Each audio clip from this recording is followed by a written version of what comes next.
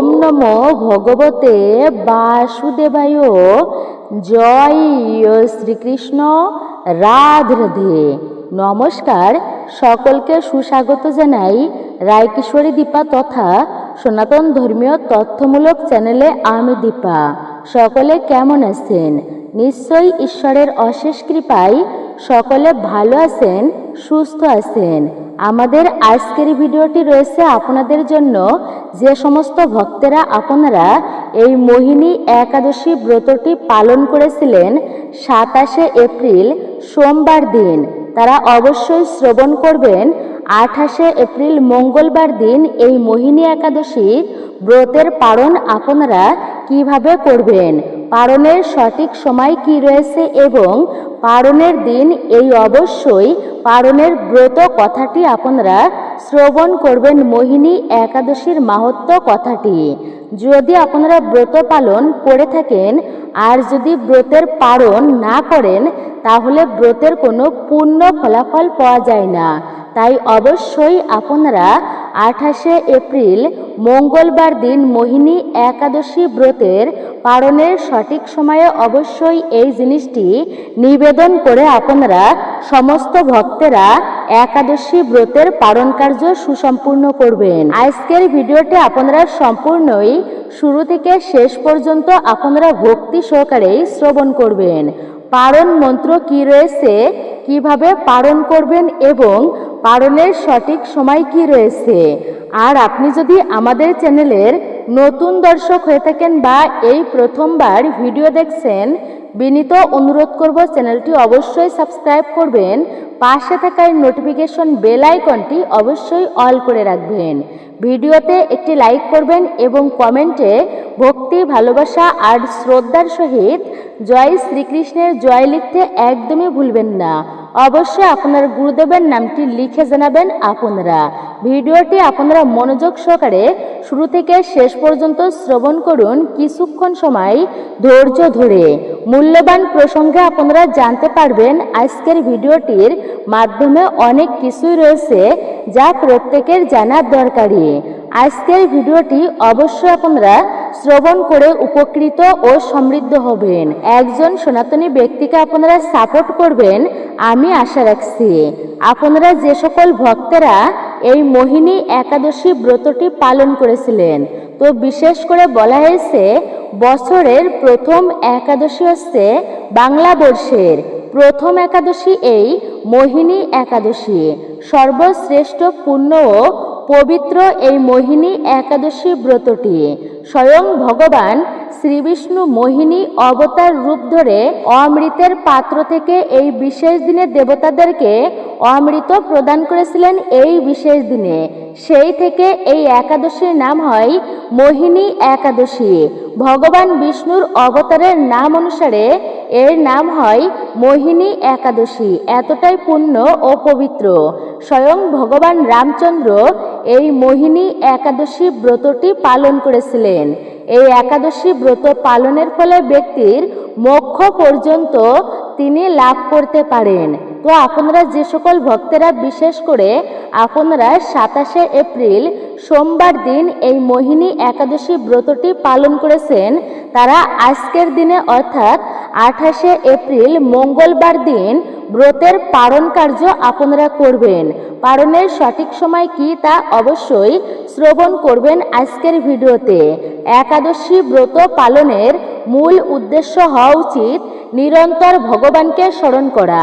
এই ব্রত চলাকালীন যে সকল কৃষ্ণ ভক্তেরা ভগবান শ্রীবিষ্ণুর পূজা অর্চনা এবং ভগবান বিষ্ণুর ব্রত বা ভগবান বিষ্ণুর সহস্র নাম পাঠ করেছেন, তারা অবশ্যই এই ব্রতের পূর্ণ ফলাফল আপনারা পাবেন।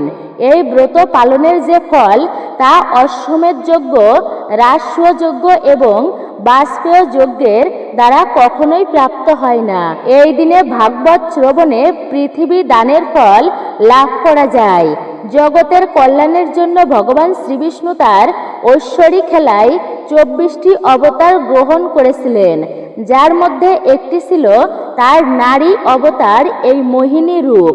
এই রূপ ভগবান শ্রীবিষ্ণু একজন মোহিত নারী হিসেবে আবির্ভূত হয়েছিলেন। যিনি তার দিকে তাকাবেন সেই মোহিত হয়ে যাবে, এমন সক্ষম হয়েছিলেন ভগবান শ্রীবিষ্ণুর অবতার মোহিনী অবতার। তার সৌন্দর্য এবং তাকে দেখতে তারা সকলেই তাকে দেখে মুগ্ধ হয়ে তাদের পার্থিব আসক্তি ভুলে যেত।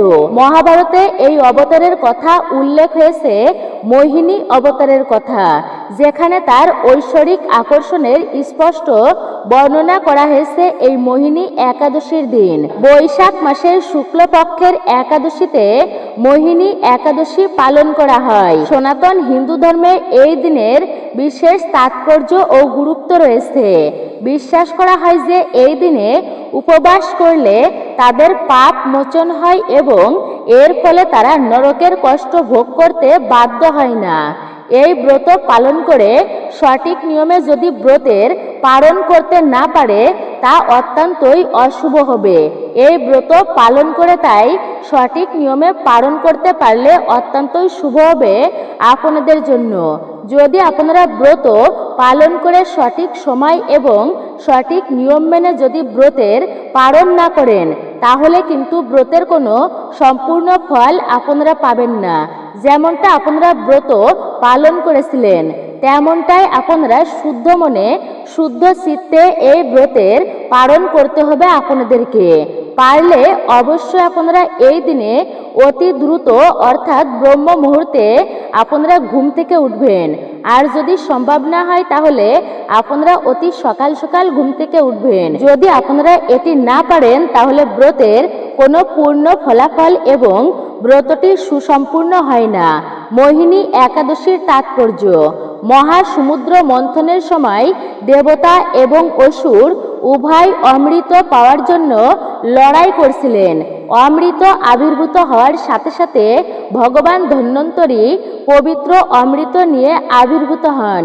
দেবতা এবং অসুর উভয় এটি গ্রহণ করতে চেয়েছিলেন এবং যদি অসুরেরা সফল হয় এটি গ্রহণে তবে তারা অমর হয়ে যাবে, যার ফলে বিশ্বজুড়ে বিশৃঙ্খলার সৃষ্টি হবে। এটি প্রতিরোধ করার জন্য ভগবান শ্রীবিষ্ণুর অবতার মোহিনী রূপ ধারণ করেছিলেন একজন ঐশ্বরিক মন্ত্রমুক্তি, যা বৈশাখ শুক্লা একাদশীতে মোহিনী তার মহময় সৌন্দর্য দিয়ে দেবতাদের মধ্যে অমৃত বিতরণ করেছিলেন যাতে বিশ্বজগতের ভারসাম্য বজায় থাকে। আপনারা অবশ্যই মোহিনী একাদশীর ব্রত পালনের জন্য এইভাবে পূজার আচার অনুষ্ঠান করেছিলেন। যদি আপনারা পালনের দিন একই নিয়মে পুজো আচার অনুষ্ঠান করতে পারেন তা খুবই শুভ হতে পারে আপনার জন্য। মোহিনী একাদশীর পালনের দিন অবশ্যই ভগবান শ্রীবিষ্ণু এবং দেবী লক্ষ্মীর আশীর্বাদ লাভের জন্য ভক্তদের অবশ্যই শুভ দিনটি অর্থাৎ ব্রতের পালনের দিন আপনারা 28শে এপ্রিল মঙ্গলবার দিন ভোরে ঘুম থেকে উঠা উচিত। আপনাদের পবিত্র জলে স্নান করা উচিত এবং পবিত্র পোশাক পরা উচিত।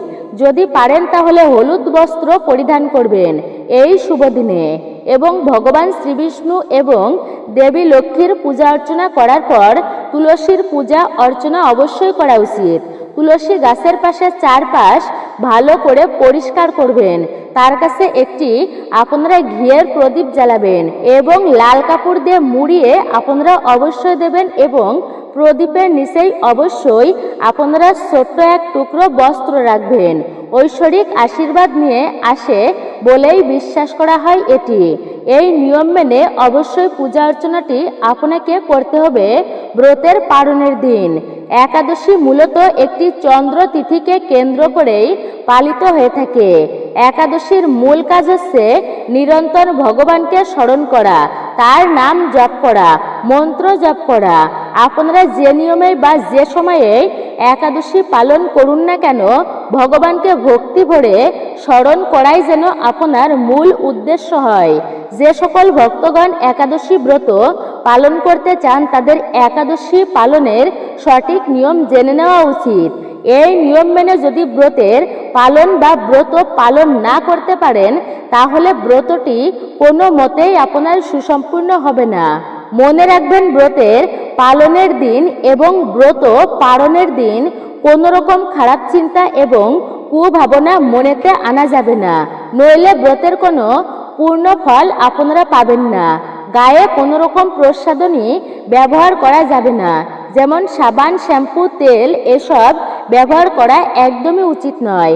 গায়ে কোনো রকম একাদশীর দিন এবং একাদশীর পালনের দিন আপনারা এগুলি কিন্তু ব্যবহার করবেন না, রূপচর্চা করবেন না।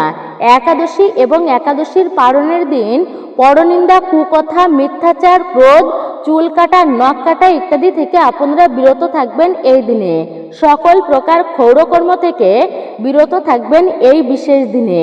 সমতলের দশমীতে এক আহার, একাদশীতে নিরাহার এবং দ্বাদশীতে এক আহার থাকতে হবে। তা করতে অসমর্থ হলে শুধুমাত্র একাদশীতে অনাহার থাকতে হবে। মনে রাখবেন যে সকল ভক্তেরা আপনারা এই 28শে এপ্রিল এই একাদশী ব্রতটি মনে রাখবেন যে সকল ভক্তেরা আপনারা 27শে এপ্রিল সোমবার দিন এই একাদশীর ব্রত পালন করেছিলেন, তারা অবশ্যই সকলেই জানেন পঞ্চরবিশস্য বাদ দিয়ে আপনারা যে কোনো ফলমূলাদি গ্রহণ করতে পারেন। গ্রহণ করে থাকেন তাহলে ব্রতটির কোনো মতেই সুসম্পূর্ণ হবে না, আপনার ব্রত ভঙ্গ হয়ে যাবে এবং আপনি মহাপাপী হবেন এবং চরম অপরাধে ভোগ করবেন, আপনি সাজা ভোগ করবেন নরকে, চরম অপরাধী হবেন আপনি। তাই অবশ্যই সতর্ক এবং সাবধান থাকা উচিত। শ্রবণ করবেন মোহিনী একাদশীর পালন আপনারা কিভাবে করবেন, কখন করবেন এবং পালনের মন্ত্রটি কি রয়েছে আপনারা শ্রবণ করবেন। পালনের সঠিক সময় আপনারা তা অবশ্যই এখন শ্রবণ করুন। পালনের সঠিক সময় হচ্ছে 28শে এপ্রিল মঙ্গলবার দিন আপনাদেরকে পালন করতে হবে।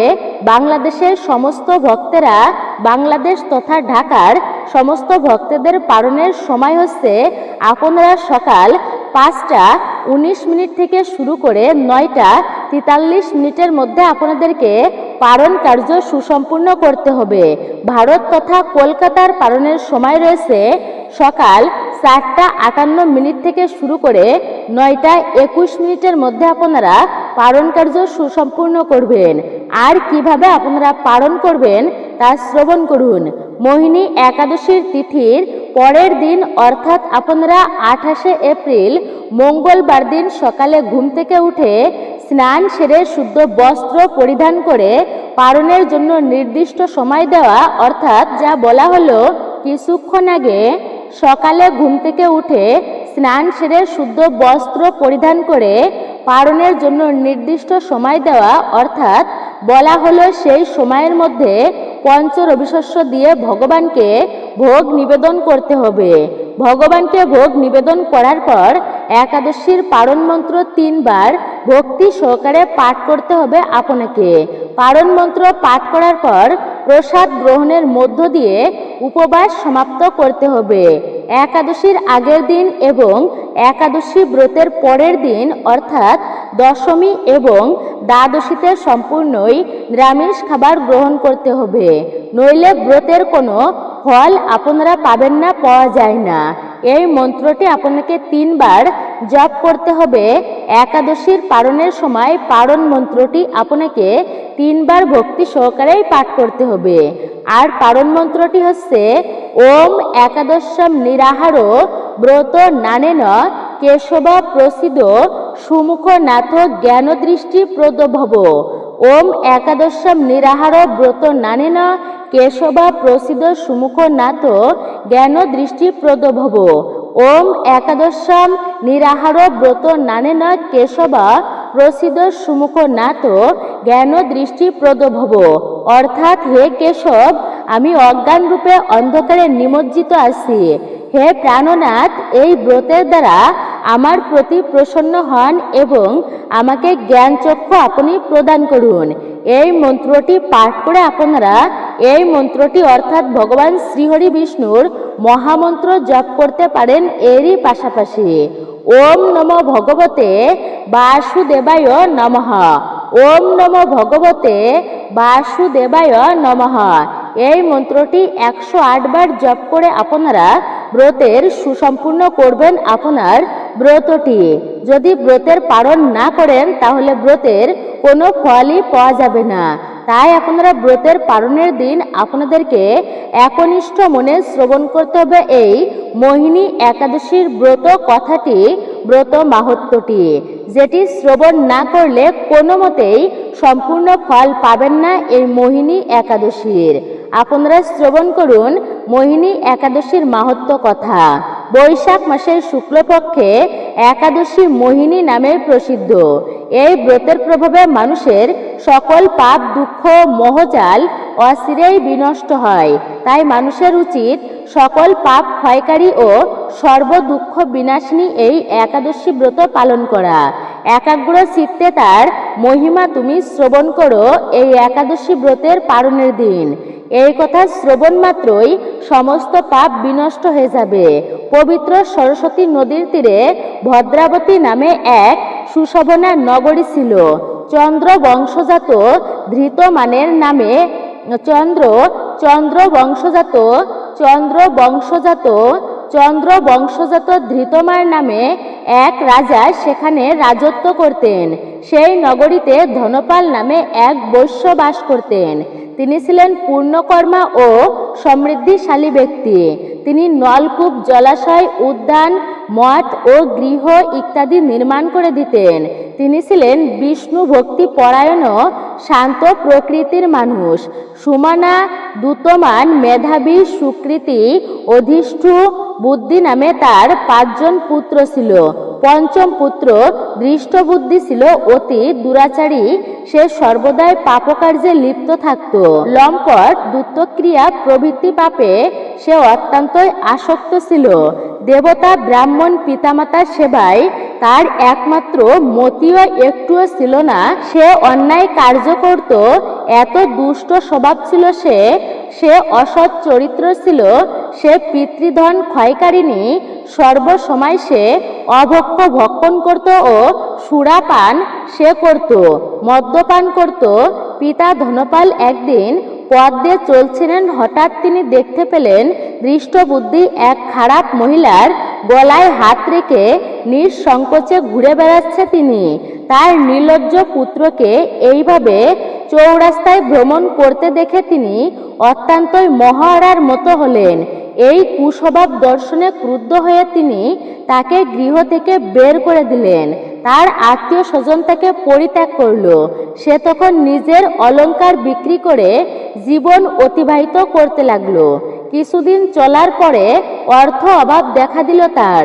ধনহীন দেখে সে মহিলাও তাকে পরিত্যাগ করল এবং একটি ঘন জঙ্গলে প্রবেশ করল এবং খুবই দুঃখ কষ্টে বা পাপময় ভাবে জীবনযাপন করতে লাগলো। দুষ্কর্মের ফলে কেউ কখনো সুখী হতে পারে না জীবনে। তাই সে দৃষ্টবুদ্ধি দিবারাত্রি দুঃখ শোকে জর্জরিত হলো। এইভাবে অনেক দিন অতিবাহিত হলো। কোনো পুণ্যফল সহসা একদিন কৌন্ডিন্য ঋষির আশ্রমে উপস্থিত হলো। তার কোনো পুণ্যফলে বৈশাখ মাসে ঋষিবর গঙ্গা স্নান করে আশ্রমের দিকে প্রত্যাবর্তন করছিলেন। শোকাকুল দৃষ্টবুদ্ধি তার সম্মুখে উপস্থিত হলো। ঘটনাক্রমে ঋষির বস্ত্র হতে এক বিন্দু জল তার গায়ে এসে পড়ল। সেই জল স্পর্শে তার সমস্ত পাপ দূর হলো। হঠাৎই তার শুভবুদ্ধির উদয় হলো। ঋষির সামনে কৃতাঞ্জলি ফুটে প্রার্থনা করতে লাগলো, হে ঋষি শ্রেষ্ঠ, যে পুণ্য প্রভাবে আমি এই ভীষণ দুঃখ যন্ত্রণা থেকে মুক্ত লাভ হতে পারি, আপনি কৃপা করে আমাকে তা বিশেষ করে আপনি বলুন। হে ঋষি শ্রেষ্ঠ, যে পুণ্য প্রভাবে আমি এই ভীষণ দুঃখ যন্ত্রণা থেকে মুক্ত লাভ করতে পারবো, কৃপা করে আপনি আমাকে তা বলুন। আর ঋষিবর বললেন, বৈশাখ মাসের শুক্লপক্ষের মোহিনী নামে যে প্রসিদ্ধ একাদশী আছে, তুমি সেই ব্রত পালন করো। এই ব্রতের ফলে মানুষের বহু জন্ম অর্জিত পর্বত সমান পাপও ক্ষয় হয়ে থাকে। মহামণি বশিষ্ঠ বললেন, কণ্ডনে ঋষির উপদেশ শ্রবণ করে প্রসিদ্ধ চিত্তে মহামণি বশিষ্ঠের আদেশ মতো ঋষির কথা শ্রবণ করে তিনি প্রসন্ন চিত্তে দৃষ্টবুদ্ধি সেই ব্রত পালন করল, অর্থাৎ মোহিনী একাদশী ব্রত পালন করল। হে মহারাজ, রামচন্দ্র এই ব্রত পালনে সে নিষ্পাপ হলো, দিব্য দেহ লাভ করল।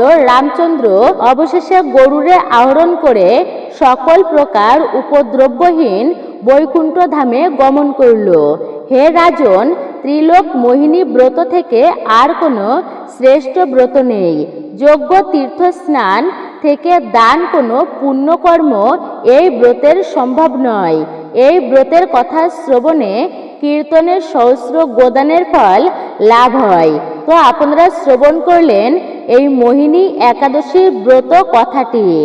আর অবশ্যই আপনারা 28শে এপ্রিল মঙ্গলবার দিন এই ব্রতের পালন করবেন। যে সময় আপনাদের সাথে তুলে ধরেছি সেই সময়ের মধ্যেই পালন কার্য সুসম্পূর্ণ করবেন। তো এই ছিল আজকের ভিডিওটি ভালো লাগলে অবশ্যই চ্যানেলটিকে সাবস্ক্রাইব করবেন, লাইক করবেন, ভিডিওতে কমেন্টে ভক্তি, ভালোবাসা ও শ্রদ্ধার সহিত জয় শ্রীকৃষ্ণের জয় লিখতে একদমই ভুলবেন না। এবং ভিডিওটি আপনার আত্মীয় পরিজন, বন্ধু বান্ধবদের মাঝে অবশ্যই শেয়ার করবেন, যাতে তারা উপকৃত ও সমৃদ্ধ হয়। সুস্থ থাকবেন, সতর্ক থাকবেন, ভালো থাকুন। জয় শ্রীকৃষ্ণ, রাধে রাধে।